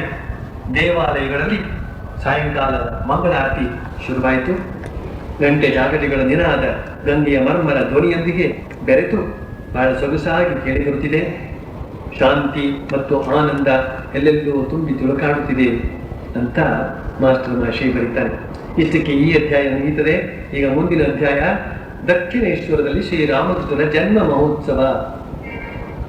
18ನೇ ಫೆಬ್ರವರಿ 1883 ಮಾಘ ಶುಕ್ಲ ದ್ವಾದಶಿ ಭಾನುವಾರ. ಮಾಸ್ಟರ್ ಮಹರ್ಷಿ ಬರೀತಾನೆ, ಶ್ರೀರಾಮಕೃಷ್ಣ ಪರಮಹಂಸರು ಕಲ್ಕತ್ತಾದ ಹತ್ತಿರವಿರುವ ಬೇಲಘರ ಎಂಬಲ್ಲಿನ ಗೋವಿಂದ ಮುಖ್ಯೋಪಾಧ್ಯಾಯನ ಮನೆಗೆ ಬಂದಿದ್ದಾರೆ. ನರೇಂದ್ರ, ರಾಮಚಂದ್ರ ದತ್ತ ಇವರೇ ಮೊದಲಾದಂತಹ ಭಕ್ತರು ಅಲ್ಲದೆ ಗೋವಿಂದನ ನೆರೆಹೊರೆಯವರು ಕೂಡ ಬಂದು ಸೇರಿದ್ದಾರೆ. ಇಲ್ಲಿಗೆ ಬಂದ ಸ್ವಲ್ಪ ಹೊತ್ತಿನ ಮೇಲೆ ಪರಮಹಂಸರು ನರೇಂದ್ರನೇ ಮೊದಲಾದವರೊಡನೆ ಹಾಡುತ್ತಾ ನರ್ತನ ಮಾಡಿದರು. ಕೀರ್ತನೆ ಮುಗಿದ ನಂತರ ಎಲ್ಲರೂ ಕುಳಿತುಕೊಂಡಿದ್ದಾರೆ. ಈಗ ಅನೇಕರು ಒಬ್ಬೊಬ್ಬರಾಗಿ ಎದ್ದು ಬಂದು ಪರಮಹಂಸರಿಗೆ ಪ್ರಣಾಮ ಮಾಡುತ್ತಿದ್ದಾರೆ. ಪರಮಹಂಸರು ಆಗಾಗ ಹೇಳುತ್ತಿದ್ದಾರೆ, ನನಗೇಕೆ ಭಗವಂತನಿಗೆ ಮಾಡಿ, ನನಗೇಕೆ ಭಗವಂತನಿಗೆ ಮಾಡಿ. ಇಷ್ಟು ಮಾತುಗಳಲ್ಲಿ ನಾವು ಎರಡನ್ನ ಈಗ ಗಮನಿಸಬೇಕು. ಒಂದನೇದಾಗಿ ಶ್ರೀರಾಮಕೃಷ್ಣ ಹಾಡ್ತಾ ನರ್ತನ ಮಾಡಿದ್ರು ಅಂತ ಈ ಮಾತನ್ನು ನಾವು ಮತ್ತೆ ಮತ್ತೆ ಕೇಳ್ತೇವೆ. ಈ ವಚನ ವೇದದಲ್ಲಿ ನೋಡ್ತೇವೆ, ಅವ್ರ ಜೀವನದಲ್ಲೂ ಕೂಡ ನೋಡ್ತೇವೆ. ನರ್ತನ ಆಧ್ಯಾತ್ಮಿಕ ವ್ಯಕ್ತಿಗಳು ಅಂತಂದ್ರೆ ಜೋಲ್ ಮೋರೆ ಹಾಕೊಂಡು ಗಂಭೀರವಾಗಿ ಕೂತಿದ್ರು. ಹೀಗೆ ಆಶೀರ್ವಾದ ಮಾಡಿ ಕಳಿಸ್ಬೇಕು, ಮಂತ್ರಾಕ್ಷರ ಕೊಟ್ಟು ಕಳಿಸ್ಬಿಡ್ಬೇಕು. ಇದೆಲ್ಲಿ ಕುಣಿಯೋದು?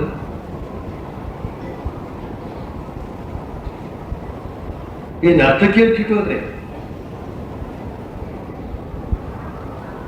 ಅದು ಕೂಡ ಶ್ರೀರಾಮಕೃಷ್ಣರು ಎಂಥ ಗಾಂಭೀರ್ಯದಿಂದ ಇರಬೇಕಾದವರು ಆಧ್ಯಾತ್ಮಿಕ ವ್ಯಕ್ತಿ. ಕುಣಿಯೋದಂತಂದ್ರೆ ಸ್ವಲ್ಪ ಗಂಭೀರವಾಗಿರೋದು ಬೇಡ ಅಂತ ಹೇಳ್ತಕ್ಕಂತಹ ಮಾತೆಲ್ಲ ಬರ್ಬೋದು. ಆದ್ರೆ ನಿಮ್ಗೆ ಆ ಥರದ ಒಂದು ಪ್ರಶ್ನೆ ಹೇಳೋದೇ ಇಲ್ಲ. ಯಾತಕ್ಕೆ ಅಂತ ಹೇಳಿದ್ರೆ ನೀವೀಗ ರಾಮಕೃಷ್ಣ ಮೈರಾಗಿಬಿಟ್ಟಿದ್ದೀರಿ, ರಾಮಕೃಷ್ಣನ ವಿಚಾರಧಾರಿಯಲ್ಲೇ ಮುಳುಗಿ ಹೋಗಿಬಿಟ್ಟಿದ್ದೀರಿ. ಆದ್ರಿಂದ ರಾಮಕೃಷ್ಣ ಏನ್ ಮಾಡಿದ್ರು ಸರಿಗೆ. ಬಹುಶಃ ಇನ್ನೂ ನಾಮ ಸಂಕೀರ್ತನೆ ನೀವು ಜೋರು ಮಾಡಿದ್ರೆ ಬಹುಶಃ ನೀವು ಕೂಡ ಈ ಕುರ್ಚಿ ಇದೆ ಅನ್ನೋದನ್ನು ಮರೆತು ನೀವು ಕೂಡ ಕೊಡಲು ಆಶ್ಚರ್ಯವೇನಿಲ್ಲ. ನಿಜ, ಆನಂದದ ಅತಿರೇಕದಲ್ಲಿ ನರ್ತನ ಅಂತ ಹೇಳ್ತಕ್ಕಂಥದ್ದು ತನ್ನಿಂದ ತಾನೇ ಸೇರಿಕೊಡುತ್ತದೆ. ಪುಟ್ಟ ಮಕ್ಕಳು ನೋಡಿ, ಅವ್ರಿಗೂ ಬೇಕಾದಂತಹ ಸಿಹಿ ತಿಂಡಿಯನ್ನು ಕೊಟ್ಟು ನೋಡಿ, ಅದನ್ನ ಇಟ್ಕೊಂಡು ಅಲ್ಲೆಲ್ಲ ಗುಣ ಆಗ್ಬಿಡ್ತೀವಿ. ಸಂತೋಷದ ಅತ್ಯಂತ ಶ್ರೇಷ್ಠವಾದ ಲಕ್ಷಣ ಯಾವುದಂದ್ರೆ ಕುಣಿದಾಟ. ನಮಗೂ ಕೂಡ ದಟ್ಟವಾದ ಘನವಾದಂತಹ ಮೋಡ ಅಂತ ಹೇಳ್ತಕ್ಕಂಥದ್ದು ಯಾವಾಗ ಕಾಣೋದಕ್ಕೆ ಶುರುವಾಯಿತೋ ಅದನ್ನು ಕಂಡು ಕುಣಿಯೋದಕ್ಕೆ ಶುರು ಮಾಡಿಬಿಡ್ತದೆ ನರ್ತನ ನವಿಲು. ಹೀಗೆ ಪ್ರಕೃತಿ ಎಲ್ಲವೂ ಕೂಡ ಈ ಆನಂದ ಭರದಿಂದ ನರ್ತನ ಮಾಡೋದಕ್ಕೆ ಶುರು ಮಾಡ್ತದೆ. ಆನಂದದ ಪ್ರತೀಕ ನರ್ತನ ಅಂತ ಹೇಳ್ತಕ್ಕಂಥದ್ದು, ಭಗವನ್ ನಾಮ ಅಂತ ಹೇಳ್ತಕ್ಕಂಥದ್ದು ಎಲ್ಲದಕ್ಕಿಂತ ಹೆಚ್ಚಿನ ಆನಂದವನ್ನು ಕೊಡ್ತಕ್ಕಂಥದ್ದು. ಆದ್ರಿಂದ ಪರಮಹಂಸರು ಆ ರೀತಿಯಲ್ಲಿ ನರ್ತನ ಮಾಡಿದ್ರು ಅಂತ ಮಾತನ್ನ ನೆನಪಿಗೆ ತಂದುಕೊಳ್ಬೇಕು. ಆಮೇಲೆ ಕೀರ್ತನಾದಿಗಳೆಲ್ಲ ಮುಗಿದ ಮೇಲೆ ಪರಮಹಂಸರಿಗೆ ನಮಸ್ಕಾರ ಮಾಡೋದಕ್ಕೆ ಬಂದಾಗ ಅತ್ಯಂತ ವಿನಯದಿಂದ ಹೇಳ್ತಾ ಇದ್ದಾರೆ, ನನಗೇಕೆ ಭಗವಂತರಿಗೆ ಪ್ರಣಾಮ ಮಾಡಿ. ಶ್ರೀರಾಮಕೃಷ್ಣ ಭಗವಂತ ಅಷ್ಟೇ ಅಲ್ಲ, ಆ ದೊಡ್ಡ ದೊಡ್ಡ ಪಂಡಿತಾದಿಗಳೆಲ್ಲ ಏನ್ ಹೇಳಿದ್ರು, ಇವರು ಕೇವಲ ಅವತಾರ ಮಾತ್ರ ಅಲ್ಲ, ಅವತಾರಗಳೆಲ್ಲವೂ ಕೂಡ ಯಾವ ಒಂದು ಕ್ಷೇತ್ರದಿಂದ ಬರುತ್ತೋ ಆ ಒಂದು ಮಹತ್ತರವಾದಂತಹ ಪರಬ್ರಹ್ಮ ವಸ್ತುವೇ ಇವರು ಮತ್ತೊಂದು ರೀತಿಯಲ್ಲೆಲ್ಲ ಹೇಳಿದ್ರು. ಈ ರೀತಿಯಲ್ಲಿ ಅವರು ಅವತಾರ ಪುರುಷನೇ ಹೌದು, ಸಾಕ್ಷಾತ್ ಭಗವಂತನೇ ಹೌದು ಅಂತ ಹೇಳ್ತಕ್ಕಂಥ ಬಗೆಯಾಗಿ ತೀರ್ಮಾನವಾಗಿದೆ. ಅವರಿಗೂ ಕೂಡ ಗೊತ್ತಿದೆ. ಆದರೂ ಕೂಡ ಹೇಳ್ತಾ ಇದ್ದಾರೆ, ನನಗೇಕೆ ಭಗವಂತನಿಗೆ ಪ್ರಣಾಮ ಮಾಡಿ. ಇದು ಮಾನುಷ ಭಾವ ಅಂತ ಹೇಳ್ತಕ್ಕಂಥದ್ದು ಅವರಲ್ಲಿ ಬಂದಾಗ ಆಡಿದಂತಹ ಮಾತು. ಅದೇ ಅವರು ಭಗವದ್ಭಾವಕ್ಕೆ ಏರಿದಾಗ ಅನುಗ್ರಹ ಮಾಡ್ತಾರೆ. ಮಾನುಷ ಭಾವ ಬಂದಾಗ ಅವರಿಗೆ ಕೈ ಮುಗಿತಾರೆ. ಬೇರೆ ಬೇರೆ ಭಾವಗಳಿರುತ್ತವೆ. ಭಾವಗಳು, ಆ ಭಾವಕ್ಕೆ ಅನುಸಾರವಾಗಿ ಕೃತಿಗಳು. ಇದನ್ನ ನೆನಪಿಟ್ಕೊಳ್ಬೇಕು ನಾವು. ಪುಟ್ಟ ಹುಡುಗ ಒಬ್ಬ ಯಾವ ಭಾವದಲ್ಲಿ ಇರ್ತಾನೆ, ಅವನು ಸ್ನೇಹಿತರ ಜೊತೆ ಗೋಲಿ ಆಟ ಆಡ್ಕೊಂಡಿರ್ಬೇಕು ಅಂತ ಹೇಳ್ತಕ್ಕಂಥ ಒಂದು ಭಾವದಲ್ಲಿ ಇರ್ತಾನೆ. ಅವನೇ ಯುವಕನಾಗ್ಲಿ, ಅವನು ಹುಡುಗರ ಜೊತೆ ಗೋಲಿ ಆಡೋದಕ್ಕೆ ಇಷ್ಟಪಡ್ತಾನೇನೋ, ಅವನಿಗೆ ಬೇಕಾದ ಬೇರೆ. ಈ ರೀತಿಯಲ್ಲಿ ನಮ್ಮ ಮನುಷ್ಯರಲ್ಲೂ ಕೂಡ ಬೇರೆ ಬೇರೆ ಸಂದರ್ಭದಲ್ಲಿ ಬೇರೆ ಬೇರೆ ಭಾವಗಳು ಅಂತ ಹೇಳ್ತಕ್ಕಂಥದ್ದು ವ್ಯಕ್ತವಾಗುವುದನ್ನು ನಾವು ಕಾಣ್ತೇವೆ. ಇಲ್ಲಿ ಶ್ರೀರಾಮಕೃಷ್ಣರು ಮಾನುಷ ಭಾವ ದೈವೀ ಭಾವ, ಮಾನುಷ ಭಾವ ದೈವೀ ಭಾವ ಅಷ್ಟೇ ಅಲ್ಲ, ಪ್ರಾಣಿ ಭಾವದಲ್ಲೂ ಕೂಡ ಅವರು ಇದ್ದಂತಹದ್ದವರ ಆ ಜೀವನದಲ್ಲಿ ನಾವು ಕಾಣ್ತೇವೆ. ಪ್ರಾಣಿ ಭಾವದಿಂದ ಅವರು ಏನನ್ನು ಮಾಡಿತ್ತು. ಹೀಗೆ ಬೇರೆ ಬೇರೆ ಭಾವಗಳಲ್ಲಿ ಬೇರೆ ಬೇರೆ ಕೃತಿ ಅಂತ ಹೇಳ್ತಕ್ಕಂಥ ನಡೀತಾ ಇರ್ತದೆ, ಬೇರೆ ಬೇರೆ ಮಾತುಗಳು ಅಂತ ಹೇಳ್ತಕ್ಕಂಥ ನಡೀತಾ ಇರ್ತದೆ. ನಾನೀಗ ಉಪನ್ಯಾಸ ಮಾಡ್ತಕ್ಕಂಥ ಭಾವದಲ್ಲಿದ್ದೇನೆ, ಆಮೇಲೆ ಆ ಕಡೆ ಬಂದ ಮೇಲೆ ನಾವು ನೀವು ಎಲ್ಲ ಒಂದೇ ಸ್ನೇಹಿತರು. ಇಲ್ಲಿ ಮಾತ್ರ ನಾನು ಬೇರೆಡೆ ಕೂತ್ಕೊಂಡು ಉಪನ್ಯಾಸ ಮಾಡೋದು, ನೀವು ಕೆಳಗಡೆ ಕೂತು ಕೇಳೋದು ಅಂತ. ಇದೊಂದು ಬೇರೆ ಬೇರೆ ಸಂದರ್ಭ, ಬೇರೆ ಬೇರೆ ಸಂದರ್ಭಗಳಲ್ಲಿ ಬೇರೆ ಬೇರೆ ಭಾವಕ್ಕನುಸಾರವಾಗಿ ಮಾತುಕತೆಗಳು. ಇಲ್ಲಿ ಶ್ರೀರಾಮಕೃಷ್ಣ ಆ ರೀತಿ ಹೇಳ್ತಾ ಇದ್ದಾರೆ. ಈ ಮೂಲಕ ಇನ್ನೊಂದು ಮಾತನ್ನು ಕೂಡ ತಿಳಿಸ್ತಾ ಇದ್ದಾರೆ, ಸುಮ್ಮನೆ ನಮಸ್ಕಾರವನ್ನು ನಾವು ಸ್ವೀಕರಿಸುವಂತಿಲ್ಲ ಅಂತ. ನಮಸ್ಕಾರ ಸ್ವೀಕಾರ ಮಾಡೋದು ಯಾರು? ಗುರು ಹಿರಿಯರಿಗೆ ನಮಸ್ಕಾರ ಮಾಡಬೇಕು ಅಂತ ಹೇಳ್ತಕ್ಕಂಥ ಮಾತಿದೆ. ಆದ್ರೆ ಆ ಗುರು ಹಿರಿಯರು ಆ ನಮಸ್ಕಾರವನ್ನು ತಾವೇ ಸ್ವೀಕಾರ ಮಾಡುವ ಹಾಗಿಲ್ಲ. ಅವರು ಭಗವಂತನಿಗೆ ಅದನ್ನು ವರ್ಗಾಯಿಸಿ ಬಿಡಬೇಕಾಗುತ್ತೆ. ಅದನ್ನೇನಾದ್ರೂ ವರ್ಗಾಯಿಸಿ ಅವರೇ ಏನಾದ್ರು ಇಟ್ಕೊಂಡ್ರು ನೋಡಿದ್ರು, ನಾನೇನು ಕಡಿಮೆನಾ, ಹೇಗೆ ಬಂದು ನಮಸ್ಕಾರ ಮಾಡ್ತಾ ಇದ್ದಾರೆ ಅಂತ ಒಂದೇನಾದ್ರು ಒಂದು ಬಿಟ್ಟರೆ ಸಾಕು, ಮುಗಿದೋಳ್ತಾರೆ ಕೆಲಸ. ಅವರ ವ್ಯಕ್ತಿತ್ವ ಅಂತ ಹೇಳ್ತಕ್ಕಂಥ ಅರ್ಥ ಸಂಪೂರ್ಣ ನಾಶವಾಗಿ ಹೋಗ್ಬಿಟ್ಟಿರ್ತದೆ.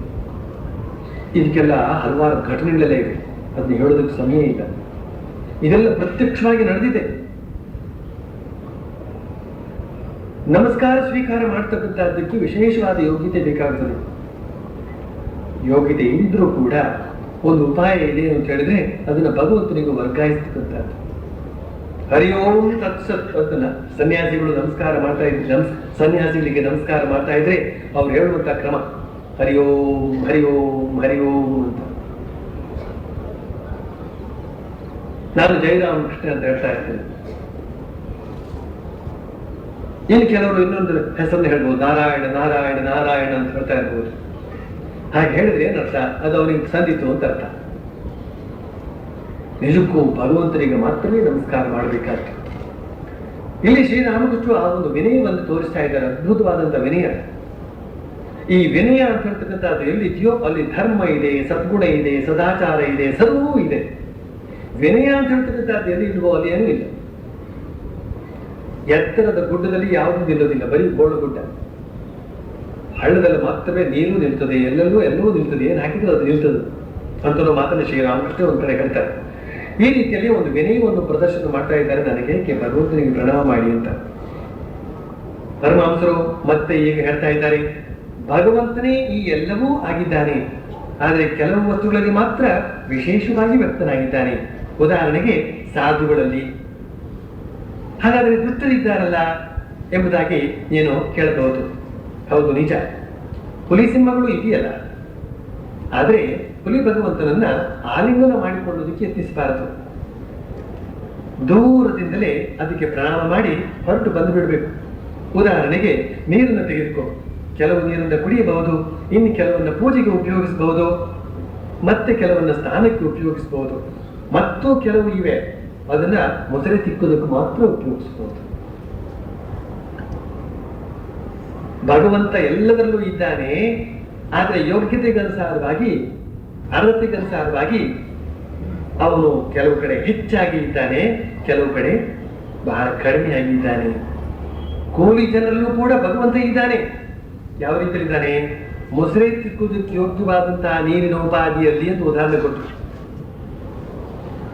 ಮೊಸರೆ ತಿಕ್ಕತಕ್ಕಂತಹ ನೀರು ಕೂಡ ನೀರೇ. ಇದೆಲ್ಲ ಅರ್ಹತೆ ಅಂತನ್ನುವ ಶಬ್ದದಲ್ಲಿ ಇದರ ಅರ್ಥ ಎಲ್ಲ ಇದೆ. ಅರ್ಹತೆ ಇಲ್ಲದೇನೆ ಯಾರು ಯಾವ ಕಾರ್ಯವನ್ನು ಮಾಡೋಕ್ಕಾಗೋದಿಲ್ಲ. ವೀಣೆ ಶೇಷಣ್ಣನವರ ಬಳಿಗೆ ಒಬ್ಬಳು ಯುವತಿ ವೀಣೆ ಕಲಿಯೋದಕ್ಕೆ ಬಂದಿದ್ರಂತೆ. ಆಕೆ ವೀಣೆ ಕಲಿಯೋದಕ್ಕೆ ಪ್ರಾರಂಭ ಮಾಡಿದ್ರು. ಇವರು ಹೇಳ್ಕೊಡೋದಕ್ಕೆ ಪ್ರಾರಂಭಿಸಿದ್ರು. ಕೈ ಆಡ್ತಾ ಇದ್ರು. ಹಲವಾರು ಪಾಠಗಳೆಲ್ಲ ಆಗಿದೆ. ಆ ಕೈ ಬೆರಳು ಅಂತ ಹೇಳ್ತಕ್ಕಂಥದ್ದು ಈ ವೇಣೆ ಮೇಲೆ ಓಡಾಡೋದಕ್ಕೆ ಯಾವ ರೀತಿಯಲ್ಲೂ ಕೂಡ ಅರ್ಹತೆಯನ್ನು ಪಡೆದಿಲ್ಲ ಅಂತ ಹೇಳ್ತಕ್ಕಂಥದ್ದನ್ನು ವೇಣೆ ಶೇಷಣ್ಣನವರು ಕಾಣ್ತಾರೆ. ವಿದ್ಯೆ ಇಲ್ಲಿ ಫಲಿಸಲಿಕ್ಕಿಲ್ಲ ಅಂತ ಆ ಬೆರಳುಗಳನ್ನು ನೋಡಿ ಅವರಿಗೆ ಅನಿಸುತ್ತದೆ. ಒಂದು ದಿನ ಬಹಳ ವಿನಯದಿಂದ ಆ ಯುವತಿಗೆ ಹೇಳಿದ್ರಂತೆ, ಅಮ್ಮ,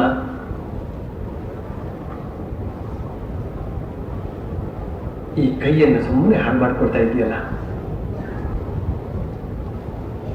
ಎಷ್ಟು ಚೆನ್ನಾಗಿ ಮುದ್ರೆ ತಿಕ್ಕಬಹುದಾಗಿತ್ತು, ಅದನ್ನ ಈ ವೀಣೆ ಮೇಲೆ ಆಡಿಸ್ತಾ ಇದೆಯಲ್ಲ, ಅದರ ಮುದ್ರೆ ತಿಕ್ಕೋದಕ್ಕೆ ಯೋಗ್ಯವಾದಂತಹ ಬೆರಳುಗಳನ್ನ ವೀಣೆಗೆ ಉಪಯೋಗಿಸಿದ್ರೆ ಏನು ಪ್ರಯೋಜನವಾಗುತ್ತೆ ಅಂತ ಅನ್ನೋ ರೀತಿಯಲ್ಲಿ ಹೇಳದಂತೆ. ಅರ್ಹತೆ ಅಂತ ಹೇಳ್ತಕ್ಕಂಥದ್ದು ಒಂದು ಇದ್ದೇ ಇರುತ್ತೆ. ಭಗವಂತ ಕ್ರಿಮಿಕೀಟಾದಿಗಳಲ್ಲೂ ಕೂಡ ಇದ್ದಾನೆ ನಿಜ, ಆದರೆ ಕ್ರಿಮಿಯೇ ಸಾಧು ಸಜ್ಜನರು ಇದ್ದಾನೆ ಅಂತ ಮಾತುಗಳನ್ನೆಲ್ಲ ಹೇಳ್ತಾ ಆ ವ್ಯತ್ಯಾಸವನ್ನು ಹೇಳೋದು ಬಹಳ ಅದ್ಭುತವಾದಂತಹದ್ದು. ಭಗವಂತ ಎಲ್ಲರೂ ಇದ್ದಾನೆ ನಿಜ. ಹುಲಿನಾರಾಯಣ, ಹುಲಿಯಲ್ಲೂ ಕೂಡ ಪರಮಾತ್ಮ ಇದ್ದಾನೆ. ಆದ್ರೆ ಆಲಿಂಗನ ಮಾಡ್ಕೊಳ್ಳೋದಕ್ಕೆ ಹೋಗ್ಬಾರ್ದು. ಪ್ರತಿಯೊಬ್ಬರಲ್ಲೂ ಪರಮಾತ್ಮ ಇದ್ದಾನೆ, ಆದ್ರೆ ಒಬ್ಬೊಬ್ಬರಲ್ಲೂ ಕೂಡ ಯಾವ ರೀತಿಯಲ್ಲಿ ನಡೆದುಕೊಳ್ಬೇಕು ಆಯಾ ರೀತಿಯಲ್ಲೇ ನಡೆದುಕೊಳ್ಬೇಕು.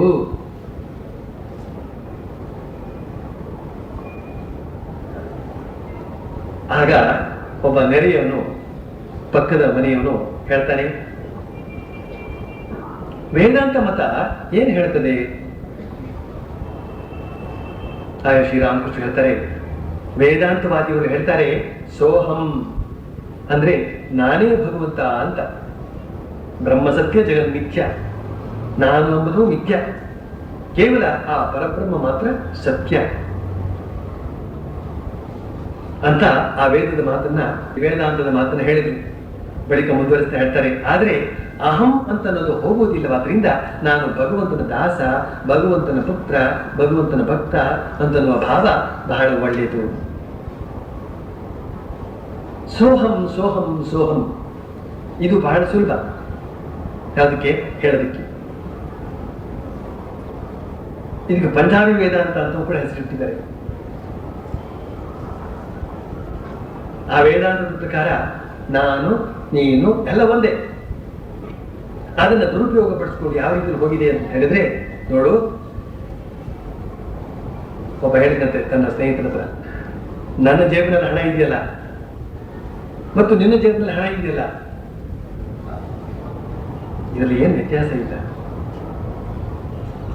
ನಾನು ನೀನು ಒಂದೇ.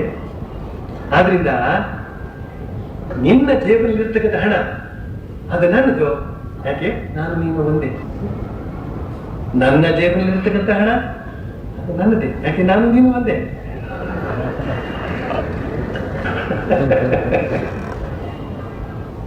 ಮನಸ್ಸಿನಲ್ಲಿ ಶುದ್ಧತೆ ಅಂತ ಹೇಳ್ತಕ್ಕಂಥದ್ದು ಇಲ್ಲದೆ ಹೋಯ್ತು ಅಂತ ಹೇಳಿದ್ರೆ ಈ ವೇದಾಂತ ವಾಕ್ಯಗಳು ದುರುಪಯೋಗಕ್ಕೆ ಗುರಿಯಾಗಿಬಿಡುತ್ತೆ.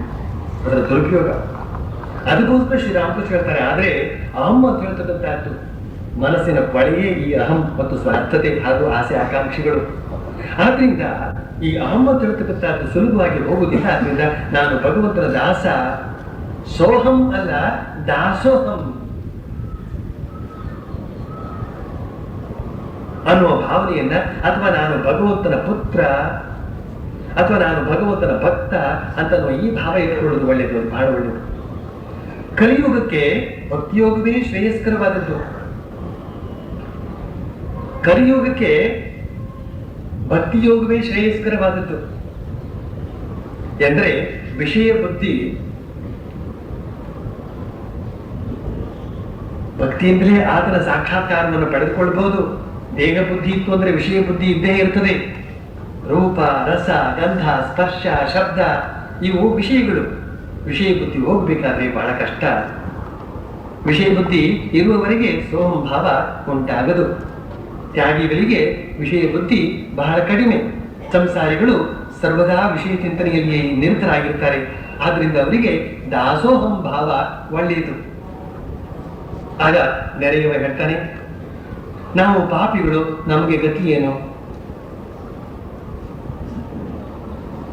ಶ್ರೀರಾಮಕೃಷ್ಣ ಹಾಗೆ ಹೇಳ್ತಾರೆ, ಭಗವಂತನ ನಾಮಗುಣ ಕೀರ್ತನೆ ಮಾಡಿದ್ದೆ, ಆದ್ರೆ ದೇಹಕ್ಕೆ ಸಂಬಂಧಪಟ್ಟಂತಹ ಪಾಪಗಳೆಲ್ಲ ಕಾಲಿಗೆ ಬುದ್ಧಿ ಹೇಳುತ್ತವೆ.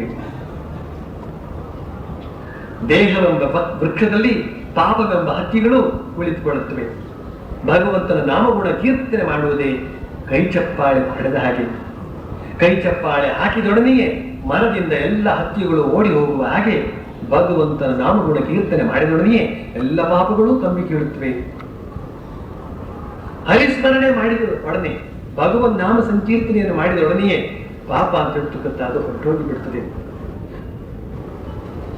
ಅದಕ್ಕೋಸ್ಕರವೇ ನಾವು ಮತ್ತೆ ಮತ್ತೆ ಕೇಳ್ತಾ ಇದ್ದೀವಿ, ಈ ಒಂದು ಹರಿಭಜನೆ ಯಾತಕ್ಕೆ ಮಾಡಬೇಕು, ಹೇಗೆ ಮಾಡಬೇಕು ಅನ್ನೋದನ್ನ.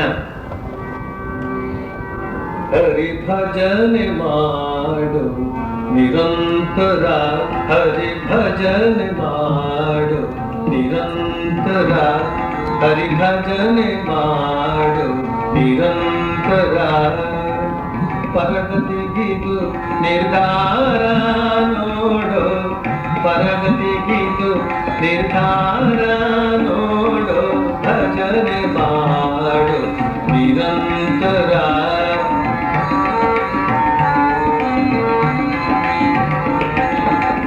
ಮೊದಲೇ ತೋರುತ್ತದೆ ಮಧುರ ವಿಷಯ ಸುಖ, ಮೊದಲೇ ತೋರುತ್ತದೆ ಮಧುರ ವಿಷಯ ಸುಖ, ಕಡೆಯಲ್ಲಿ ದುಃಖ ಅನೇಕ, ಹರಿ ಭಜನೆ ಮಾಡು ನಿರಂತರ.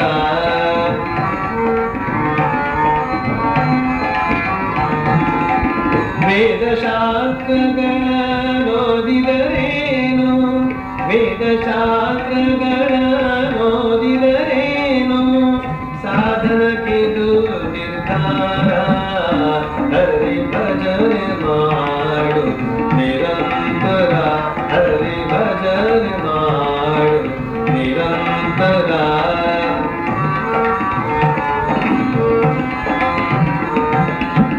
ಸಾರವೊಬ್ಬವು ಸಂಸಾರ ವಿಮೋಚಕ, ಸಾರವೊಬ್ಬವು ಸಂಸಾರ ವಿಮೋಚಕ, ಸೇರು ಶ್ರೀಹಯವದನನ್ನ, ಹರಿ ಭಜನೆ ಮಾಡು ನಿರಂತರ, ಹರಿ ಭಜನೆ ಮಾಡು, ಭಜನೆ ಮಾಡು, ಭಜನೆ ಮಾಡು ನಿರಂತರ.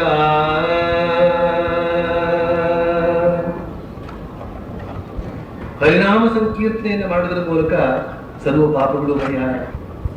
ಸುಲಭವಾದ ಉಪಾಯವನ್ನು ಹೇಳಿಕೊಟ್ಟಿದ್ದಾರೆ ಶ್ರೀರಾಮಕೃಷ್ಣ. ಚಪ್ಪಾಳೆ ತಟ್ಟುತ್ತಾ ಹರಿನಾಮ ಸಂಕೀರ್ತನೆಯನ್ನು ಮಾಡಬೇಕು ಅಂತ. ಅದನ್ನು ಈಗ ಮಾಡೋದಕ್ಕೆ ಸಮಯ ಇಲ್ಲ, ನಾವೇ ಮನೇಲಿ ಮಾಡ್ಕೊಳ್ಬಹುದಲ್ಲ.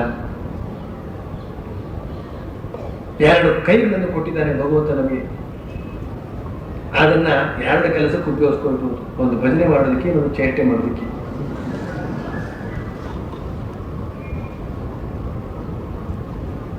ನಾಮಗುಣ ಸಂಕೀರ್ತನೆಯನ್ನು ಮಾಡಿದವರಿಗೆ ಎಲ್ಲ ಪಾಪಗಳು ಕಂಬಿ ಕೀಳುತ್ತವೆ ಅಂತ ಹೇಳ್ತಕ್ಕಂಥ ಮಾತನ್ನ ಶ್ರೀರಾಮಕೃಷ್ಣ ಹೇಳಿದ್ದಾರೆ. ಅದಕ್ಕಿಂತ ಮೊದಲು ಎಲ್ಲರೂ ಹೇಳಿದ್ದಾರೆ. ಅದೇ ಮಾತನ್ನು ಶ್ರೀರಾಮಕೃಷ್ಣ ಪುನರಾವರ್ತನೆ ಮಾಡಿರ್ತಕ್ಕಂಥದ್ದು.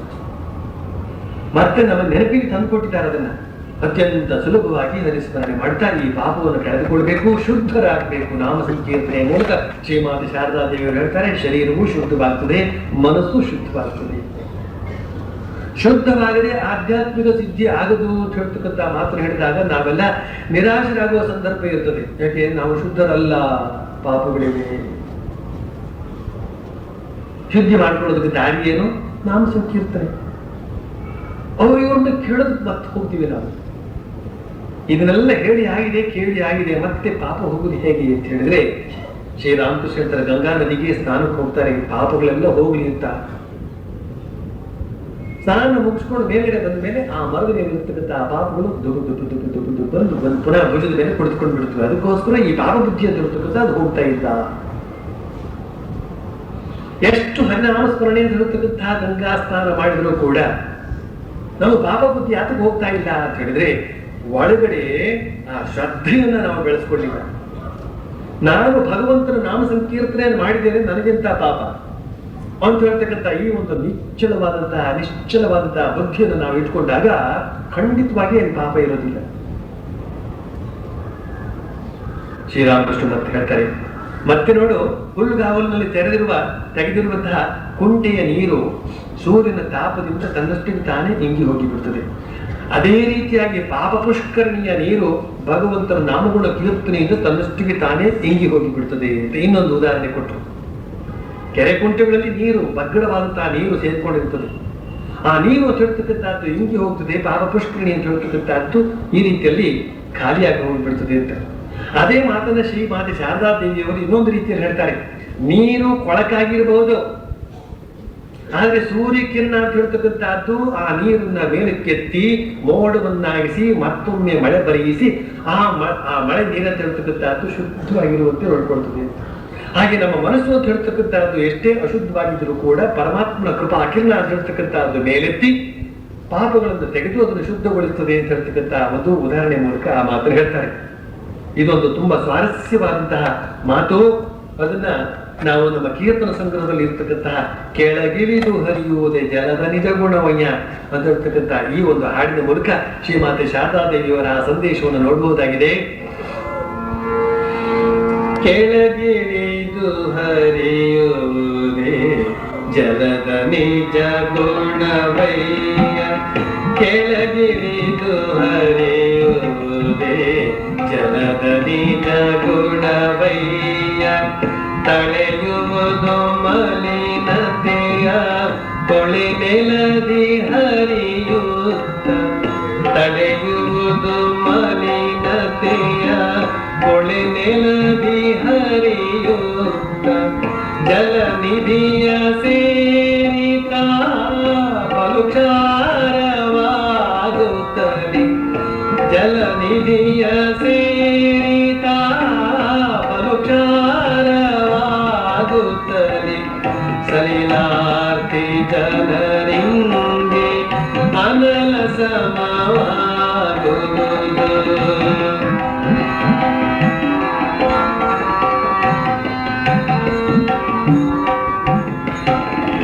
ಗಗನದಲ್ಲಿ ಹರದಿಯು ಜಗವನೆಲ್ಲವ ಬೆಳಗಿ, ಗಗನದಲ್ಲಿ ಹರದಿಯು ಜಗವನೆಲ್ಲವ ಬೆಳಗಿ, ಸಗರ ಜಲವನು ಕೂಡ ನಗುತ್ತ ಕರದಿಂದೇತಿ,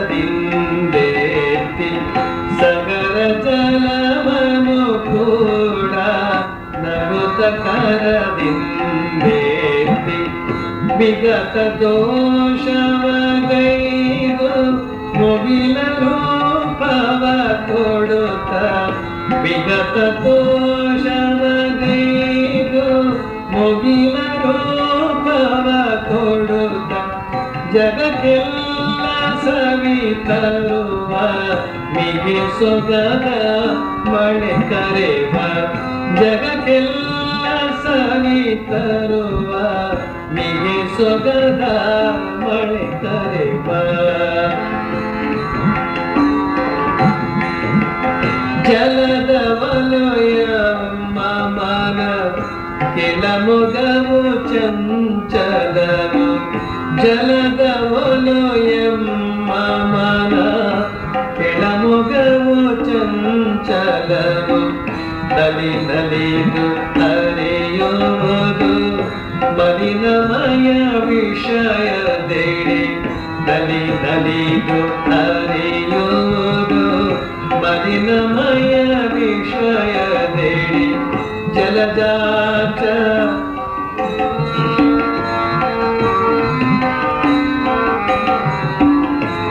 ಜಲಜಾಕ್ಷ ಕೃಪೆಯಿಂದ ಒಲಿದೆಮ್ಮ ಬಾಳ್ಗಳನು, ಜಲಜಾಕ್ಷ ಕೃಪೆಯಿಂದ ಒಲಿದೆಮ್ಮ ಬಾಳ್ಗಳನು, ಜಲಮೂರ್ತಿ ಮೇಲೆತ್ತಿ ಸಲಹೆಯ ಸ್ವಾಮಿ, ಜಲಮೂರ್ತಿ ಮೇಲೆತ್ತಿ ಸಲಹೆಯ ಸ್ವಾಮಿ, ಸಲಹೆಯ ಸ್ವಾಮಿ, ಸಲಹೆಯ ಸ್ವಾಮಿ.